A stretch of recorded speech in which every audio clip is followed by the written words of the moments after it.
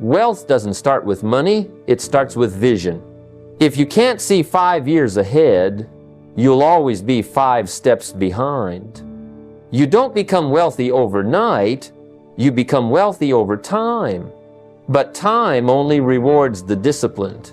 Most people want the fruit without planting the tree. The reason most people never build wealth isn't because they lack opportunity, it's because they lack patience. Everyone wants the harvest, but no one wants the season. You see, wealth doesn't come from what you do occasionally. It comes from what you do consistently. The little things, the daily habits, the quiet disciplines, the unseen choices, they are the bricks that build the mansion of success. Most people chase big wins, but the rich, they master small disciplines. They think in decades while the crowd thinks in days. And here's the truth. If you learn to think long term and act daily, you can change the entire direction of your life. Because time, my friends, either compounds your wisdom or your regret. It depends on how you spend it. You know, most people think success comes overnight. They see the man driving the luxury car, the woman leading the company, the investor cashing dividends, and they think, wow, how lucky. But luck, my friends, is just the public face of private discipline. Success doesn't come suddenly, it comes silently in the small acts repeated daily when nobody's watching.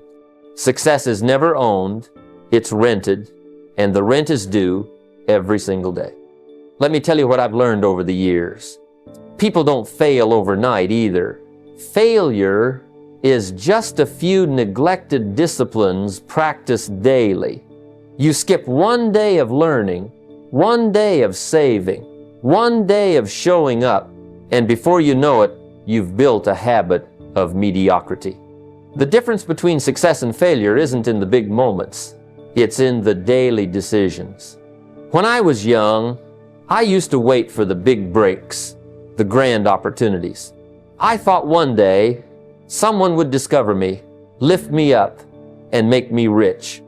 But one day, my mentor said, "Don't wish it were easier, wish you were better." That struck me deep. He told me, work on your habits, not your hopes. That's when I started doing the small things that compound over time, reading a few pages a day, planning my mornings, reflecting at night. And soon enough, those small disciplines began to change everything about me, my attitude, my confidence, my results. You see, the human mind is wired to crave immediate rewards. We want to see the result of today's effort by tonight. But life doesn't pay that way. Life pays in compound interest, just like the bank. If you're patient with your deposits, the return will be remarkable. The man who plants a seed today doesn't expect fruit tomorrow, but he waters it anyway. Because he knows every drop counts. If you want to transform your life, start with 30 minutes each morning. Don't check your phone. Don't scroll the news. Instead, sit quietly with yourself and decide what matters most today. Focus on 3 priorities, not 30, and do them well. Replace one bad habit with one productive one each week. That's how change sticks, not by intensity, but by consistency. And before you go to bed, reflect on one lesson from your day. Ask yourself, what did I learn today that can make me better tomorrow? That little reflection sharpens your awareness, keeps your growth intentional, and builds your internal wealth. The truth is, big success is built on small disciplines. The daily commitment to excellence is what shapes your future. You don't become successful by chance. You become successful by change, one day at a time, one choice at a time. Success doesn't demand perfection, just persistence. So pay the rent today, my friend, because tomorrow the rent is due again. I once heard someone say that compound interest is the eighth wonder of the world, and they were right. But let me add something. Compound effort is the real miracle. Because while money compounds in the bank, discipline compounds in the mind. Small, consistent actions performed daily don't just add up, they multiply. You see, most people underestimate what they can achieve in 5 years, but they overestimate what they can do in 5 days. They quit too soon because they don't see the results fast enough. But compounding doesn't work that way. It rewards the patient, not the hasty. When I first started in business, I was broke. Not just financially, but mentally. I thought big change required big action. I was always looking for the next big move, the one decision that would change everything. But one day, I realized that greatness isn't built in bursts, it's built in layers. Every small decision, every consistent habit, every disciplined hour adds another layer to the foundation of your success. Think about it like this. If you save 10% of your income every month, it won't seem like much at first. You might even wonder, what difference will this make? But give it a few years with discipline, with patience, and you'll see how time turns small beginnings into massive outcomes.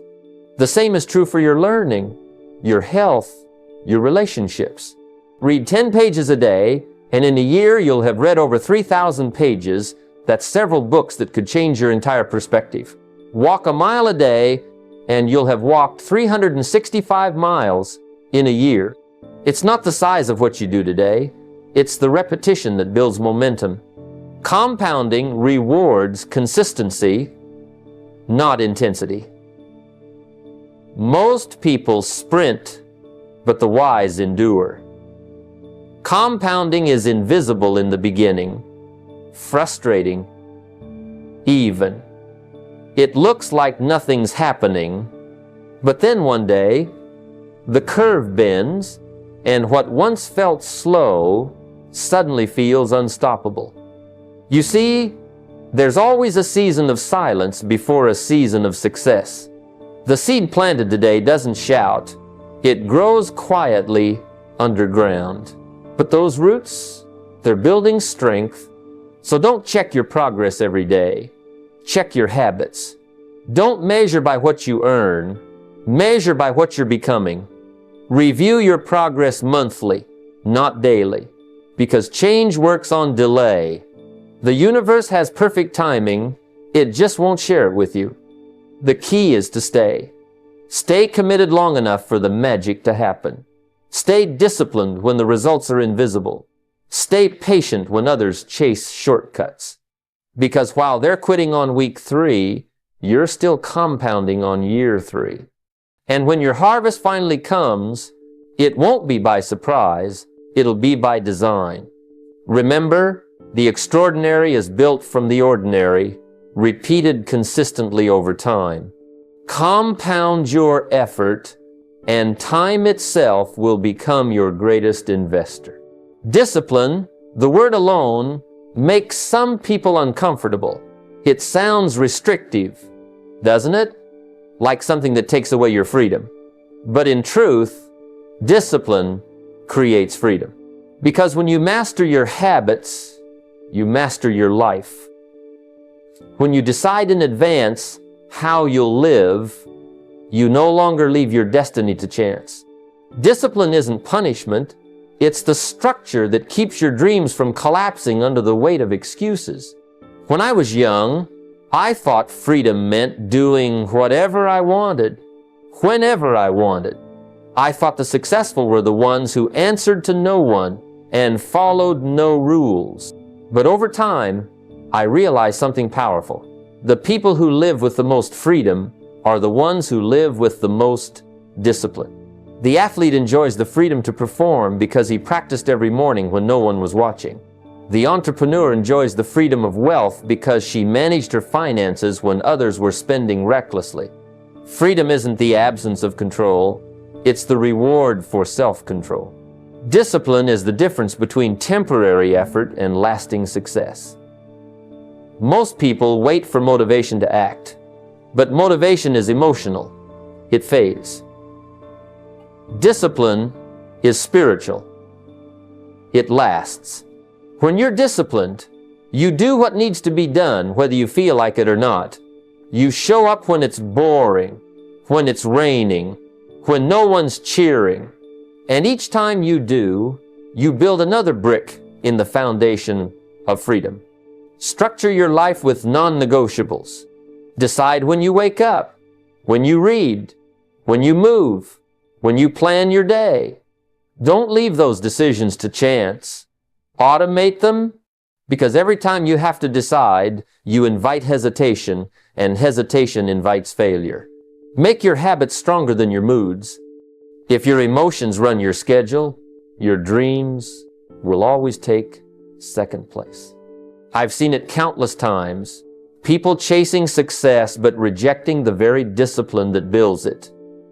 They want the results of the disciplined without the routines of the disciplined. But here's the truth. You don't rise to the level of your goals. You fall to the level of your systems. That's why tracking your habits matters, because what gets measured improves. Every week, review your actions, not just your intentions. Don't judge yourself harshly, just honestly. Progress begins with awareness. And yes, reward yourself. Not for the big wins, but for the small consistencies. Because consistency is what separates amateurs from masters. Don't wait to celebrate when you arrive. Celebrate every step that proves you're becoming the kind of person who will arrive. Discipline weighs ounces. Regret weighs tons. One day of discipline may feel heavy, but a lifetime of regret will crush you. Choose the lighter weight.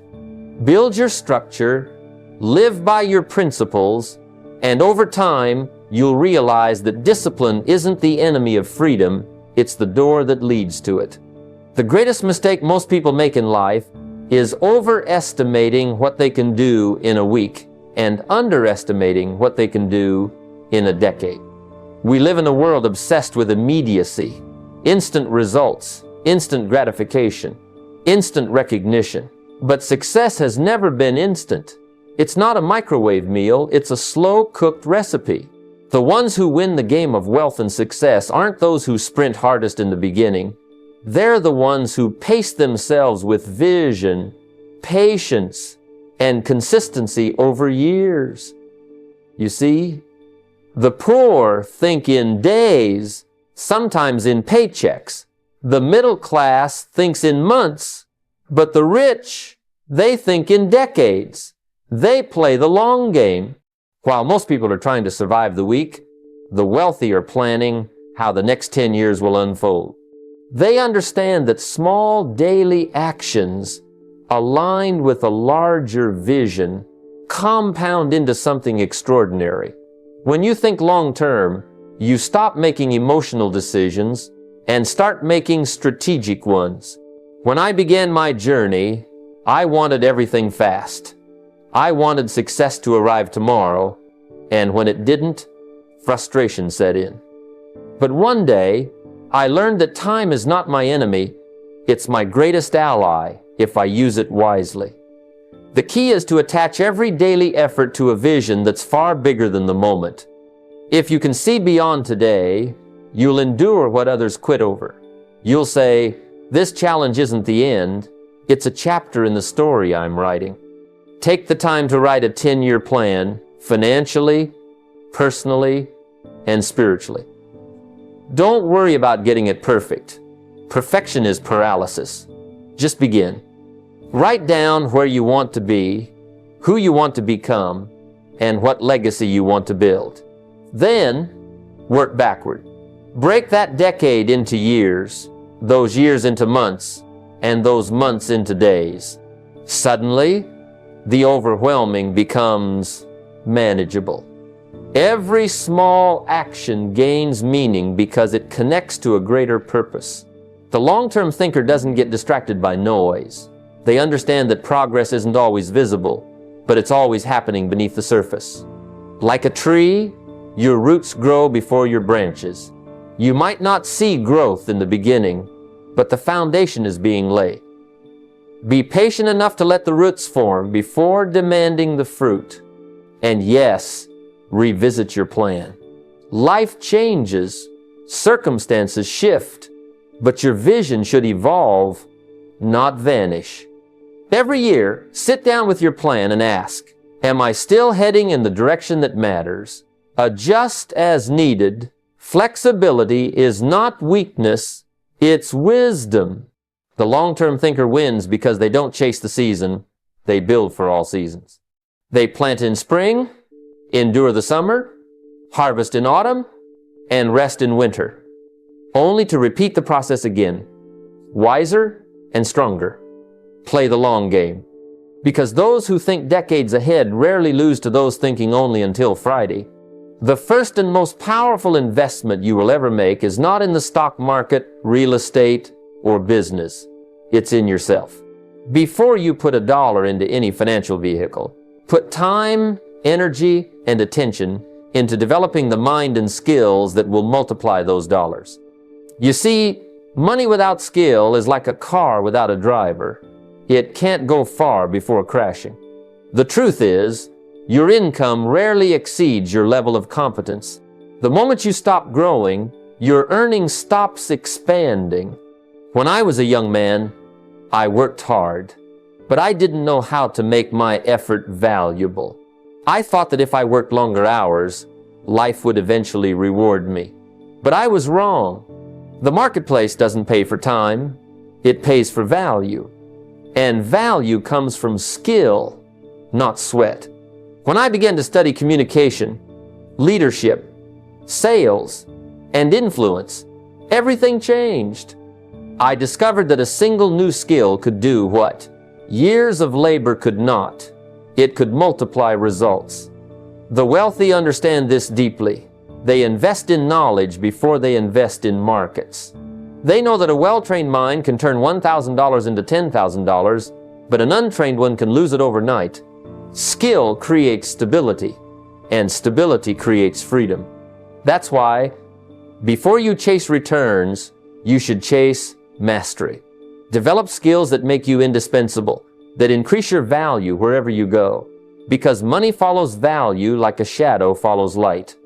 Start small, but be consistent. Commit to learning one high-value skill every year, something that elevates your income potential, whether it's negotiation, digital marketing, leadership, or financial literacy. Just one skill, mastered deeply, can change the entire trajectory of your life. And while most people waste hours scrolling through distractions, the successful spend those same hours sharpening their craft. Read at least 30 minutes a day, not just for entertainment, but for education. Books are compressed decades of wisdom available for the price of a meal. Read to stretch your thinking, to challenge your habits, to expand your possibilities. But don't stop at reading. Knowledge without action is like fertilizer that never touches the soil. It does nothing. Whatever you learn, apply it immediately.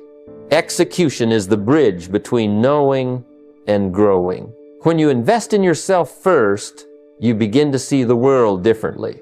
You stop chasing money and start attracting it. You stop depending on opportunities and start creating them. The mind trained to produce value can never stay broke for long because value always finds its way to the marketplace. So, before you ask, where should I invest my money?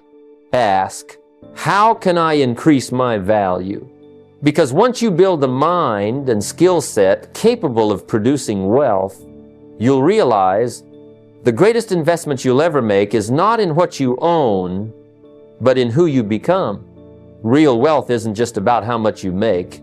It's about how much you can teach, how much you can transfer, and how much of your philosophy can outlive you. You see, money disappears when the mindset that created it isn't passed along. If your children inherit your wealth but not your wisdom, the money will vanish. But if they inherit your principles, they can rebuild wealth from nothing. That's the true definition of legacy. When I was younger, I worked hard to make a good living, but I realized something profound. The wealth I was building would mean very little if it ended with me. I had to make sure the lessons that shaped my life became a guide for others, for my family, my students, my friends. I began documenting what worked, the habits that built my foundation, the routines that kept me disciplined, and the principles that kept me grounded. Because success without succession is failure in disguise. If you want your life's work to matter, start building habits that outlive you. Don't just tell people what to do. Show them how you live. Demonstrate financial discipline. Let your family see you budgeting, saving, and investing, not because you're obsessed with money, but because you respect it. Teach them that wealth isn't about having more things, but about having more control, more options, and more impact. Share your financial lessons openly. If you've learned how to manage money, teach your children how to do the same. If you've discovered the power of investing early, show them the compounding effect in real time. Talk about mistakes too, because wisdom doesn't only come from victory. It's often born from the scars of experience. When people see that success isn't about perfection, but persistence, they become more willing to learn. Document your systems, write them down. What worked for you, what didn't? Why did you make certain choices? The more clarity you leave behind, the less confusion your loved ones will face. Most families lose wealth not because of bad markets, but because of poor management after the original builder is gone. If your financial philosophy becomes a part of your family's daily thinking, how they earn, save, invest, and give, your wealth won't just last, it will multiply across generations. And here's the secret. Legacy doesn't start when you're gone. It starts the moment you live with intention.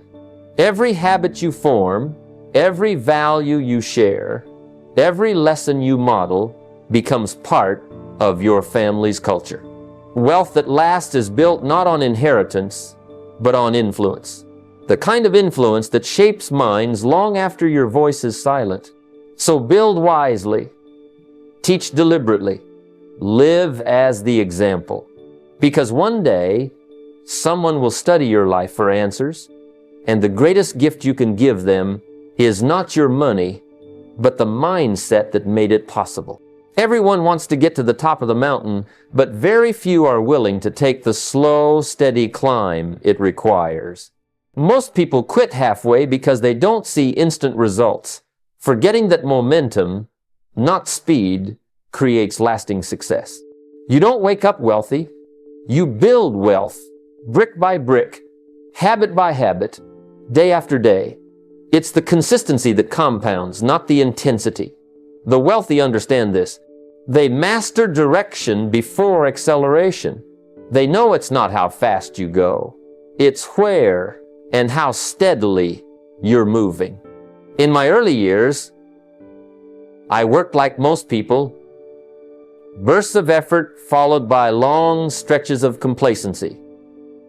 I'd start something strong, expecting quick rewards, and when they didn't come, I'd move on.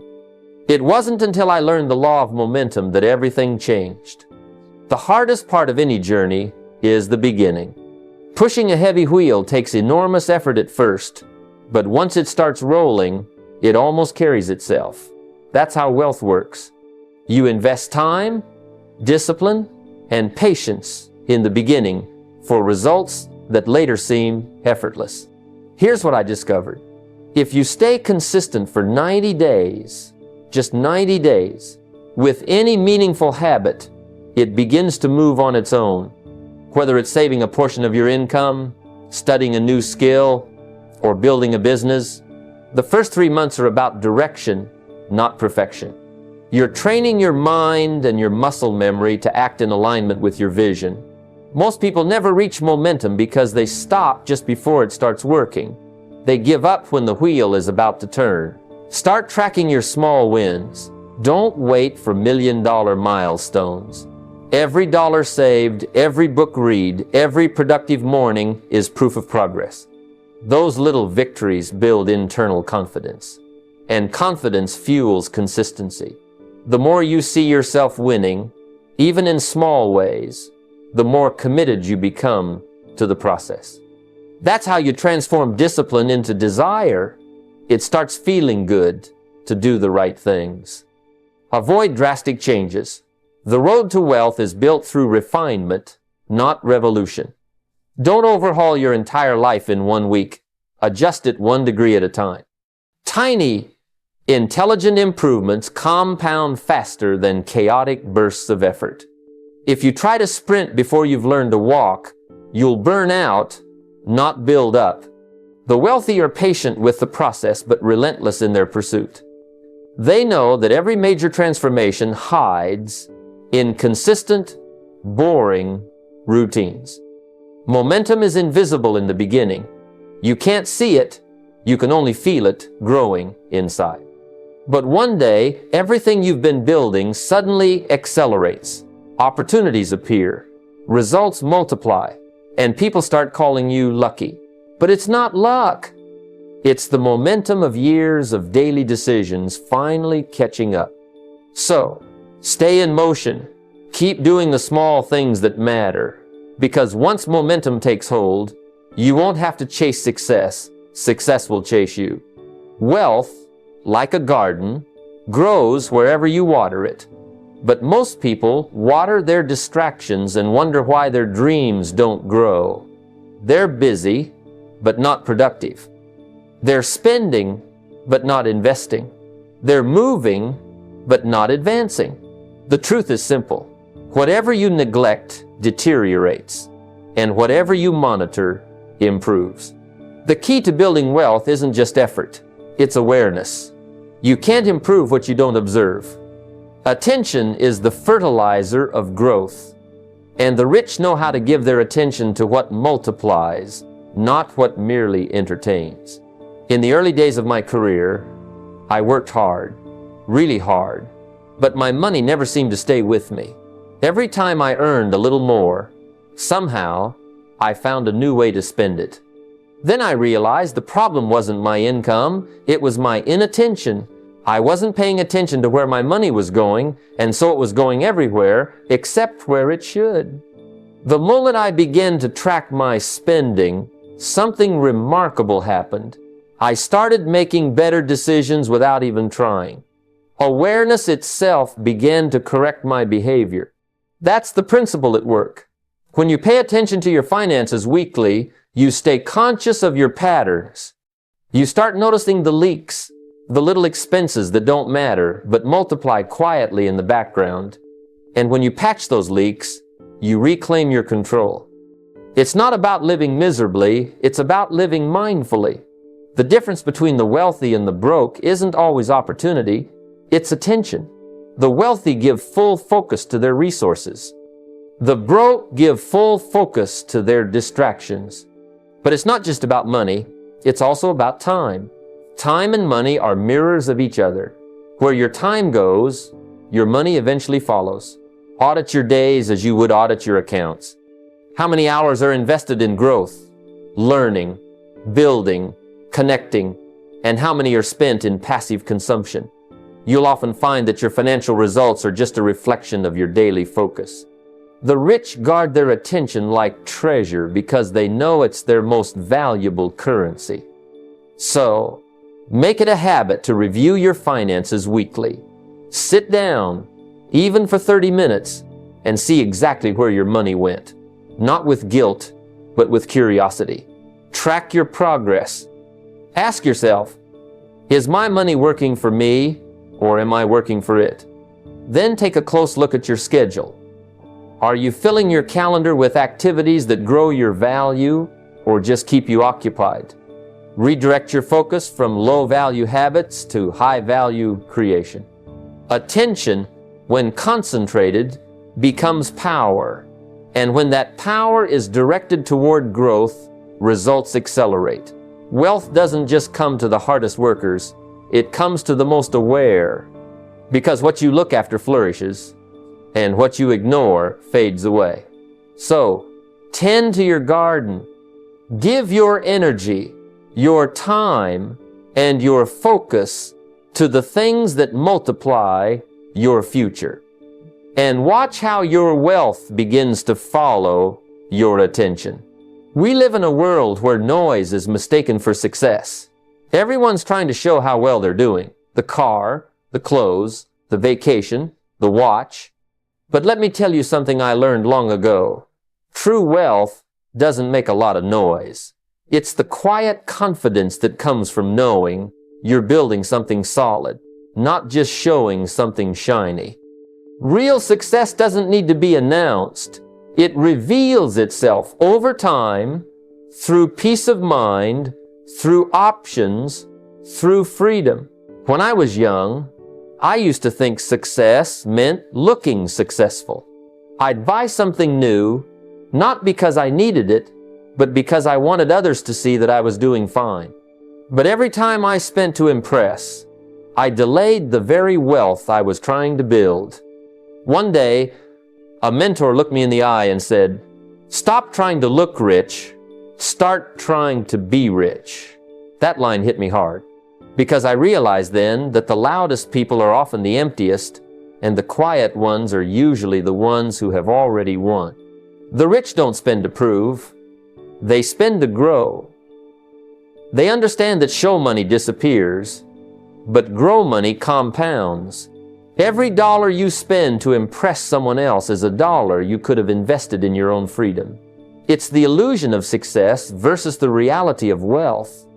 And the truth is, nobody you're trying to impress is paying your bills or building your future. The applause you chase today can't fund your tomorrow.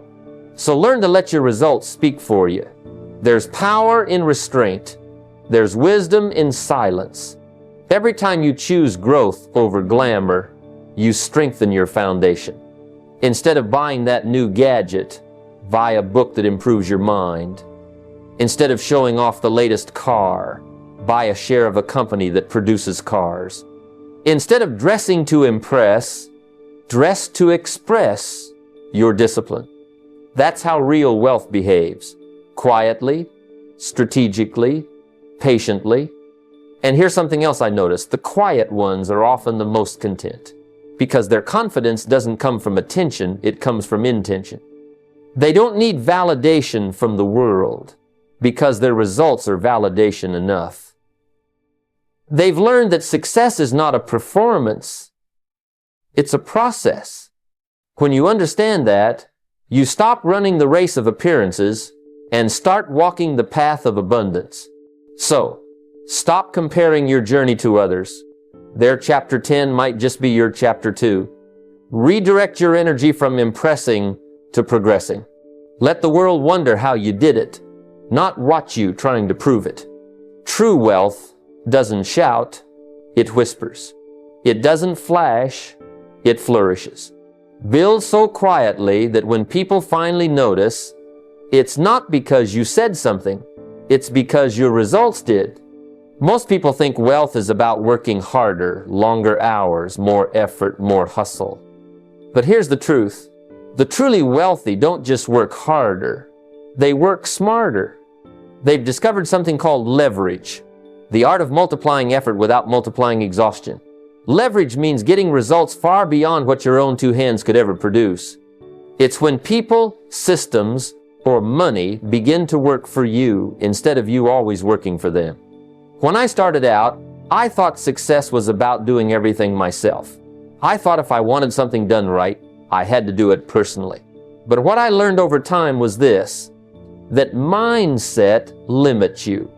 You can only go so far alone. I was trading time for money, a one-to-one exchange. The moment I discovered leverage, my results multiplied. I stopped asking, how can I do more? And started asking, how can I get more done through others, through systems, through structure? That shift changed everything. See, the poor and middle class are trained to think like workers, to rely solely on their labor. The rich, however, think like owners. They know the secret to wealth isn't just in doing, it's in directing. They create machines that move even when they're sleeping. They hire people who are better at specific things than they are. They invest in systems that don't need constant supervision. They let money generate more money. That's leverage. Leverage is when your ideas are executed by a team. It's when your savings produce returns without your presence. It's when technology handles the routine, so you can focus on what truly matters. Thinking, planning, creating. If you're still the one doing everything, then you're stuck in survival mode. The wealthy build systems. The broke build busyness. I remember a conversation with a small business owner who was exhausted. He said, "I can't grow. There's only one of me." And I told him, that's the problem. You need to find a way to duplicate yourself. That duplication, that's leverage. Hire someone to do what doesn't require your creativity. Automate the repetitive tasks that eat your time. Reinvest profits into something that can grow without you. Every hour you free is an hour you can use to think strategically. Technology is one of the greatest gifts of our time. You can automate your savings, schedule your marketing, delegate your accounting, all with a few clicks. But most people use technology for entertainment instead of empowerment. They scroll when they could scale. They consume when they could create. Leverage isn't just a financial principle. It's a mindset. It's about asking, how can I multiply this effort instead of how can I handle it all? Because the truth is, wealth doesn't come from effort alone. It comes from expansion. The moment you learn to extend your reach beyond your own limitations, your income, your freedom, and your impact begin to multiply. Stop trying to do everything yourself. Start building things that can do something for you. That's how ordinary effort turns into extraordinary results. One of the greatest influences on your future isn't your circumstances, it's your circle. You can't soar with eagles if you're surrounded by chickens. The people you spend time with are shaping your thinking, your habits, and ultimately, your results. You become like those you're around, not because you intend to, but because it's human nature to adapt. If you spend your time with people who think small, who complain often, who accept mediocrity as normal, that mindset starts to rub off. But when you spend time with people who think big, who challenge your excuses, who push you to grow, your standards begin to rise automatically. I remember a time early in my journey when my circle was filled with people who always found reasons why things wouldn't work. They were good people, kind people, but every time I shared a dream, they told me to be realistic. They didn't mean harm, they were just protecting their own comfort zone. But here's what I realized. If you surround yourself with people who don't believe it can be done, eventually you'll stop believing it too. The day I decided to upgrade my circle, everything changed. I started seeking people who were already living the results I wanted. I didn't need to be the smartest person in the room. I wanted to be in rooms where I could learn. There's a law of association that says your income, your habits, even your attitude will become the average of the 5 people you spend the most time with. Think about that. If you're constantly around people who complain about the economy, you'll start feeling hopeless. If you spend your time with people who discuss ideas, investments, and solutions, you'll start feeling empowered. The company you keep either multiplies your momentum or mutes your ambition. That's why the wealthy are intentional about proximity. They don't hang around those who drain their energy. They seek out people who stretch their vision. Every great transformation begins with a conversation, but only if it's with the right people. If you want to upgrade your results, upgrade your environment. Find mentors who make you uncomfortable in the best way, who remind you that your potential is bigger than your excuses. When I started attending business conferences, I was amazed at how differently successful people spoke. They didn't waste time complaining. They spent time planning. They didn't talk about others. They talked about opportunities. That energy was contagious. I left every conversation with new ideas, renewed belief, and higher standards for myself. And soon enough, those standards started shaping my habits, and my habits began shaping my wealth. So, take a hard look at your circle. Are they challenging you to grow or comforting you to stay the same? You don't need to abandon people, but you do need to adjust proximity. Protect your energy like you protect your money, because your environment is more powerful than your willpower.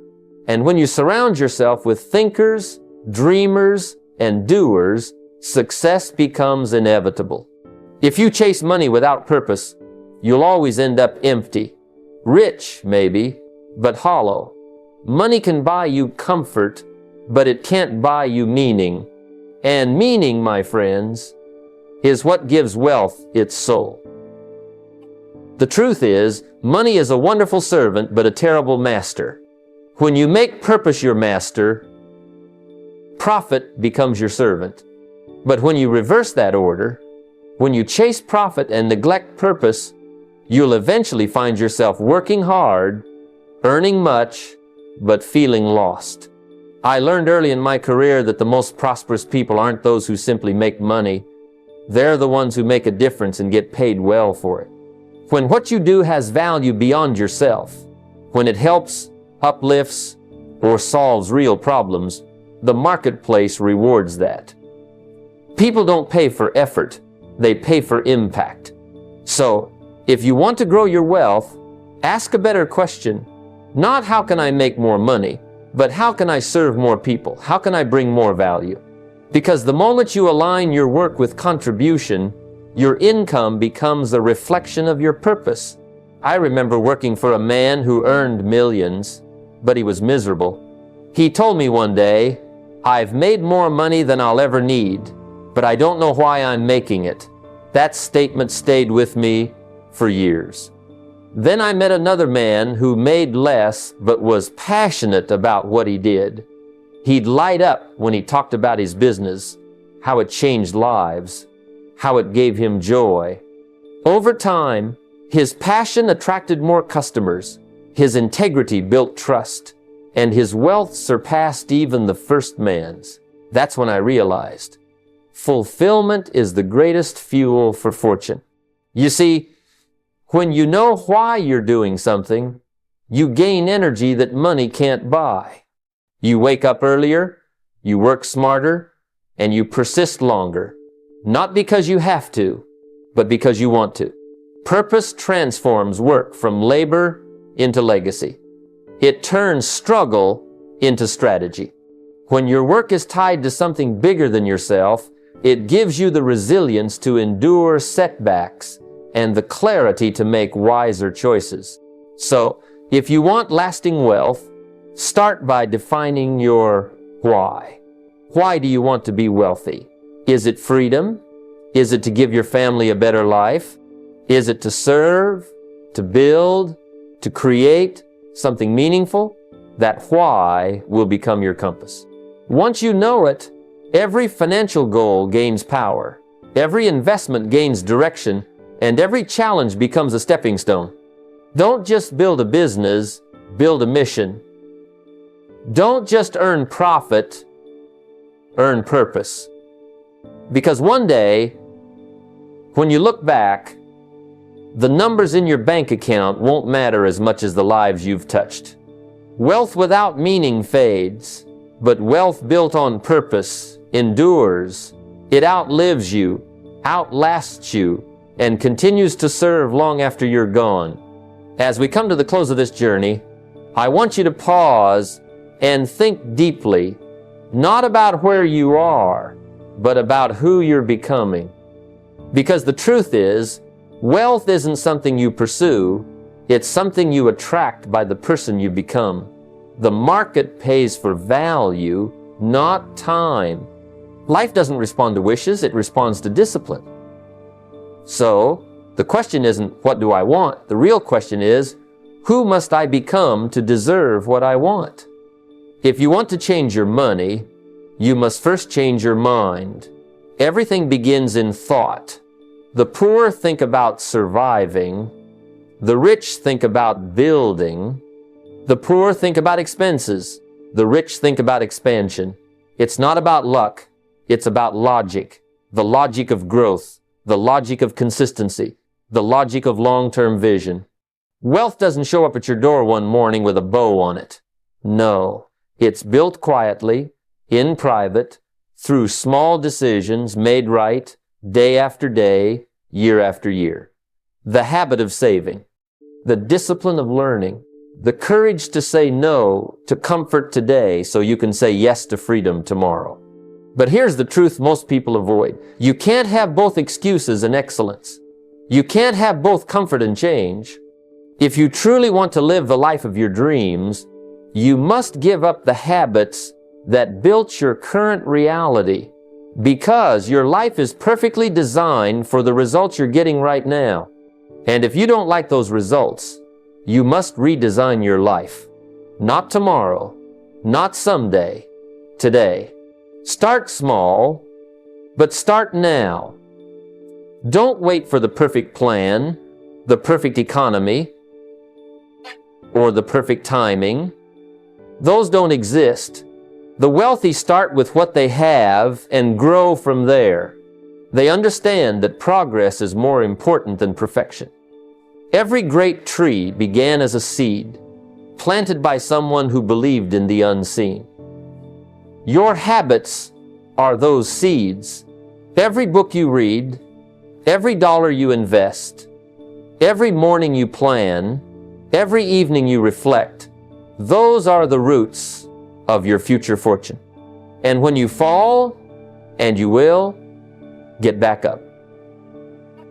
Because discipline isn't about never failing, it's about never quitting. The person who refuses to quit cannot be defeated. Stay consistent long enough, and life will reward you. It always does. Success has a funny way of showing up for those who keep showing up for themselves. So, my challenge to you is this. Make a promise tonight to yourself, not to work harder, but to work wiser. Not to wish for wealth, but to grow into it. Commit to thinking long-term, acting daily, and living intentionally. Guard your time, protect your energy, and never let your dreams collect dust. Because one day, years from now, you'll look back and realize that your wealth didn't come from one lucky break or one big moment. It came from 1,000 small moments. Done right, done faithfully, done with purpose. And when that day comes, you won't just have wealth in your hands, you'll have peace in your heart. Now go out there and build it. One thought, one action, one day at a time. Your future self is waiting to thank you.